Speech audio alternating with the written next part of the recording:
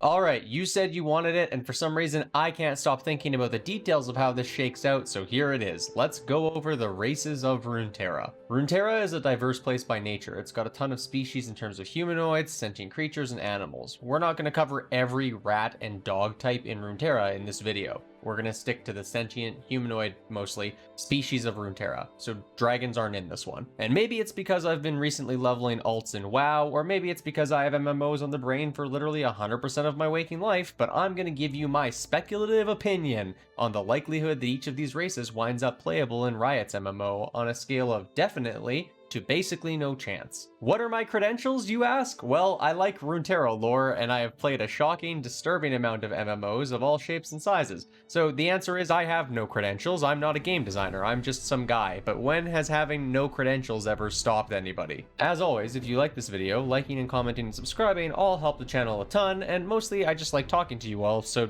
do it. Alright, here we go. Let's start easy. Humans in Runeterra are humans in all media. We can trace their origins to the eastern lands that aren't currently on the Runeterran map, but may soon be, or the Freljord, or Ionia. But they now occupy basically every corner of known Runeterra. Physically and culturally diverse, humans are functionally the dominant sentient race on Runeterra. And honestly, I can't believe I've even spent this much time talking about what a human is. MMO status? Definitely. Obviously, you will be able to play as a human. Let's move on. The Vastaya are descendants of a race of functional demigods known as the Vastaya Chirean, themselves humans from Ionia who took power from the spirit realm in order to win a war against another race known as the Titans. These Vastaya Chirean intermingled with mortals once more after the war, and as their magical blood was diluted, the Vastayan tribes were born. Part animal, part human. All Vastaya have an intense connection to the magic in Runeterra. In fact, most tribes wind up settling near ley lines of magical energy across the world. There are many different tribes of Vastaya across Runeterra, from sea-based tribes like the Mirai, to the hunting tribe of the Kilash, the goat-like Otrani, the bird-like Lotlin, and more. There's also the Uvikat, a tribe of Vastaya that we know only 2 members of, one of whom is Nico. This tribe is actually the closest thing we have to living Vastaya Chirean. Their tribe of Vastaya split off fairly early and isolated, so their bloodline didn't become quite as diluted over time. The result is an even deeper connection to magic than the other Vastaya that you encounter across the world. Like I mentioned, Ionia was the birthplace of the Vastaya Chirean, and consequently the Vastaya. So if you want to know more about them and their place of origin, check out the Ionia 101 video on the channel. It's probably linked right now if I figured out how to do that. MMO status? Likely. Borderline? Definitely. I think the only argument you could make for them not being implemented is that the implementation is probably a little tricky. There are so many tribes and such a wide variety of appearances, how do you settle on customization options? In my mind, the reality of playable Vastaya is probably a specific playable tribe or two that trend towards the more human appearance structure rather than something like Rengar. It just seems easier to manage from an assets and armor design perspective, which is a non-zero factor in not just implementation, but player enjoyment of a race. The Hrothgar in Final Fantasy XIV, for all their great design, are hamstrung by the fact that half the helmets in the game just like straight up don't work on them. Also, a single tribe doesn't necessarily mean one look like all foxes or something. Tribes like the Sojoko, I'm sure I said that wrong, apologies, are specifically made of tribes of Vastaya coming together, so there'd likely be some good room for appearance variety. The other side benefit of making the playable Vastaya a specific tribe is that later on, if you want to add more races, you could just add new tribes of Vastaya, so it's an easy out. Every fantasy setting needs a small race, it's a rule, and Yordles are the trademark small race of Runeterra. Somewhere around the 2-foot tall mark, Yordles hail from the Spirit Realm, specifically an area called Bandle City, where the vast majority of Yordles remain, being able to travel to and from Runeterra via hidden gateways between the two worlds. In addition to being short, Yordles traditionally appear with some amount of fur and big ears. However, they also have a magical ability known as Glamour that allows them to blend in environments with the intention of not disturbing or scaring mortals with their appearance. Speaking of which, Yordles don't die. That's an important thing to know about them as well. They're also very social creatures, and when they live on Runeterra, they'll draw into the culture they settle around, which is part of the reason you can find Yordles across Runeterra and why they can have very diverse personalities. A Noxian Yordle has very different ideals from a Demacian Yordle, who has very different ideals from an Ionian Yordle, etc. MMO status? Definitely. I'm actually more confident about this than I am about Vastaya. I might be more confident about this than I am about humans. Every MMO has a playable small race. Yordles offer a wide range of appearance options. They're spread across Runeterra. There's art and storytelling with them in basically every conceivable role. This is a slam dunk, 10 out of 10. You will be able to play a Yordle. Alright, I honestly wanted to get those three out of the way fast, because if you had to ask me what I think the core races of Runeterra are, it's those three: humans, Vastaya, and Yordles. Now we're going to get into some of the other sentient species that are present, but maybe less publicly or abundantly than the previous three. Trolls. Specifically, I'm talking frost trolls, the kind that hail from the Freljord. Led by the Troll King himself, Trundle, one of the only League characters that I know how to play.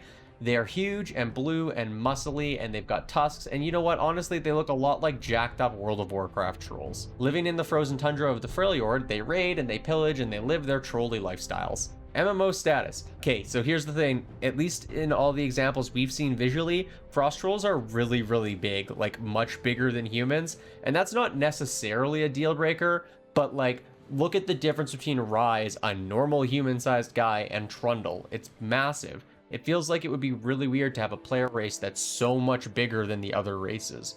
So I'm gonna say unlikely. However, Ezreal's field notes mention that sand trolls exist, but we haven't really seen one confirmed, so it's possible that there are other troll breeds that are smaller or something, but for now I think frost trolls are off the table.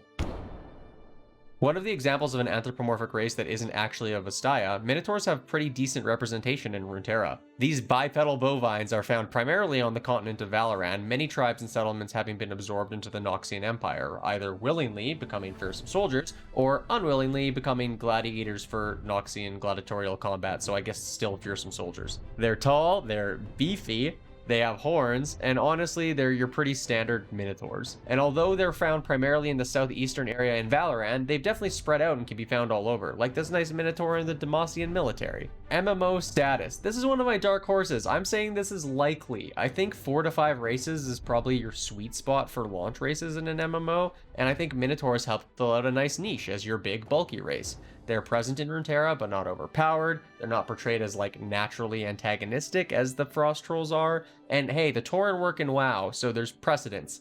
Ultimately, this all adds up to you having the option to play as a Minotaur. Come back to this video in, like, 6 years when I'm wrong. Brackern. This one's going to be short for 2 reasons. Reason 1, I only have 1 picture to use for the Brackern, so we're going to pan over this picture of Skarner very slowly. And 2, there's not a lot about them. This is the race of sentient scorpions that hail from Shurima, from whom the original hex crystals are harvested.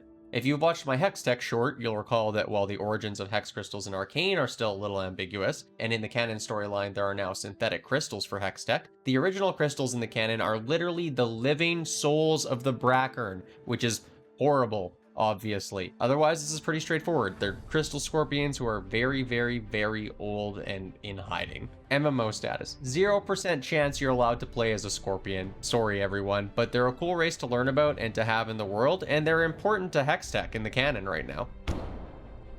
Chirean. Chirean? My dirty confession is that I've never heard this word said out loud before, so this is another word where people are going to go tell me that I pronounced it wrong. Chireans are a bat-like people that live in Zaun, particularly the Sumps. They have a good understanding of technology and machinery, communicate with clicks and chirps, and otherwise are generally pretty human-like. In fact, they're so human-like that we're not even sure whether they're their own species or a form of Vastaya or what. It's currently ambiguous. Similarly, that's why we also aren't sure if this guy, Scar from Arcane, is Chirean or Vastayan, or maybe both. MMO status? This one's complicated. If they end up deciding Chireans are Vastaya, then ignore this entire section. If they are indeed their own separate race, then I'm putting them as a maybe. Honestly, probably unlikely. Unless, for some reason, Vastaya aren't a playable race, in which case I think there's an argument to be made that using Chireans instead would make sense. But given how iconic Vastaya are for Runeterra, I don't think that's happening. Maybe they'll pop up as appearance options if they wind up being Vastayan after all. Voidborn is the umbrella term for the creatures and constructs of the Void, the overarching destructive domain of the Watchers that's bent on wiping Runeterra from existence. There are many examples of Voidborn in Runeterra, ranging from simple constructs that are little more than ravenous animals, up to highly intelligent Voidborn like the champion Vel'Koz, or one of League's newest champions, Bel'Veth, the Empress of the Void. They come in all sorts of shapes and sizes and have an insatiable hunger to devour life as we know it. MMO status? There's basically no chance. You can bet your life that the Void is going to be like an integral antagonist in the MMO. We're going to fight Void creatures, we're probably going to fight a lot of them, and you're not going to be picking one as a race. However, it's time for some unwarranted speculation. I highly recommend you go watch some of the overviews of Bel'Veth that other creators have done. They're detailed and very good, but there's one thing about Bel'Veth's lore that specifically stands out to me. Bel'Veth is a Voidborn that has her own motivations. While the Watchers functionally created her, she actually has more selfish goals than the Watchers. The Watchers want to destroy creation. Bel'Veth wants to remake it in her own image, and she even works to make a deal with the champion Kai'Sa in order to help further her goals. What's more interesting about this development to me is that it not just introduces a more prominent face for the Void as an enemy, but also that it establishes that there are conflicting goals within the Void itself, and that opens up the opportunity for there to be a relationship between a player and the Void that isn't purely hostile. I guess this is a really long-winded way of saying I think Bel'Veth and Kai'Sa's proposed deal is a hint that there will probably be some use case for the Void on the part of the player, and if I had to bet money, I'd say it manifests as a class, but I guess it's not out of the realm of possibility that it could be some sort of Void-touched race as well. Demons are sort of a weird one in Runeterra. They don't have a set appearance or form, they're shape-shifting spirits that will morph and adapt as necessary to harvest what they need. The demons of Runeterra feed on emotions such as fear, doubt, or even joy, as seen in the case of Ashlesh, the demon bonded with the new league champion Neela. If you think of demons as being in sort of a ranked caste system, there are 10 demons at the top of the food chain. Ashlesh is one of them, Fiddlesticks is another. Where Ashlesh feeds on joy, Fiddlesticks feeds on fear. Down from the 10 original demons, demons become less powerful, though still deadly, such as Evelyn and Tom Kench. These demons still feed on feelings and emotions, but more specific ones, for example, obsession or nightmares. Below them still are the Azakana, demons that feed on very specific emotions, for example, the fear of, did you leave the oven on when you left the house, or did you remember to lock the doors before you got into bed? Ionia has recently had to deal with increased presence of Azakana, as post-Noxian invasion, the nation is fraught with negative emotions. MMO status? Unlikely, I just don't feel like it really fits thematically with the player character race, even though we've gotten to see a lot of cool designs for lesser demons via Evelyn's followers in Legends of Runeterra. This is a reminder that if you like League lore and Runeterra as a world and you aren't playing Legends of Runeterra, you're doing yourself a disservice. That game is really good, it feeds you cards hand over fist, and there's a lot of lore and a lot of cool art in it. Okay, that's basically all the races I wanted to go over specifically for this video. It's not all the races, it's not even really all the sentient races, because we didn't talk about less commonly represented races like Treants or Celestials or Dragons. So honestly, instead of sentient, let's just say humanoid with 2-ish exceptions, Races of Runeterra. There are a couple things I would like to talk about real quick though that didn't get their own race section. One is the presence of constructs in Runeterra, whether we're talking to Galio or Zac or Oriana or Blitzcrank, but specifically Oriana and Blitzcrank are interesting to me. Oriana was once a normal person who slowly became replaced with more and more machinery until there was no more original Oriana left, and Blitzcrank is a Hextech powered construct who gained sentience. And I hadn't really thought about it before thinking about these two specifically when doing this video, but maybe there's like a dark horse candidate here for a construct race. It's a long shot, but the Church of the Glorious Evolved exists in Piltover and wants to replace their body with machinery, and Victor is a pretty popular character and he's featured in Arcane. I'm not saying that it's likely, it's just a fun thought. And there aren't really a lot of MMOs that you play as an artificial humanoid, we aren't counting Mechanomes because they're hideous, so it'd be kind of cool. The other thing I wanted to touch on is the Ascended of Runeterra. There are two distinct types of Ascended historically. One is the Aspect Hosts, mortals who gain celestial power via Targonian shenanigans from a specific celestial entity, and the other is the God Warriors of Shurima, which is where the phrase Ascended is most often actually used. Shurima and Ascended, as they've been portrayed in the lore thus far, are very, very strong, like probably too strong to be player characters. But there's a long time between now and when the MMO would come out, and Azir is back, and we know he's trying to restore the Shuriman Empire to its former glory, so stay with me on a theory crafting route here for a second. Maybe Azir brings back the Ascension Ceremony, but it's a weakened or less potent version of what it once was, in which case I think a race or a class for Shuriman Ascended is plausible. And given the breadth of like combat capabilities and functions the actual Ascended had, I might go so far as to say a race would be more likely than a class.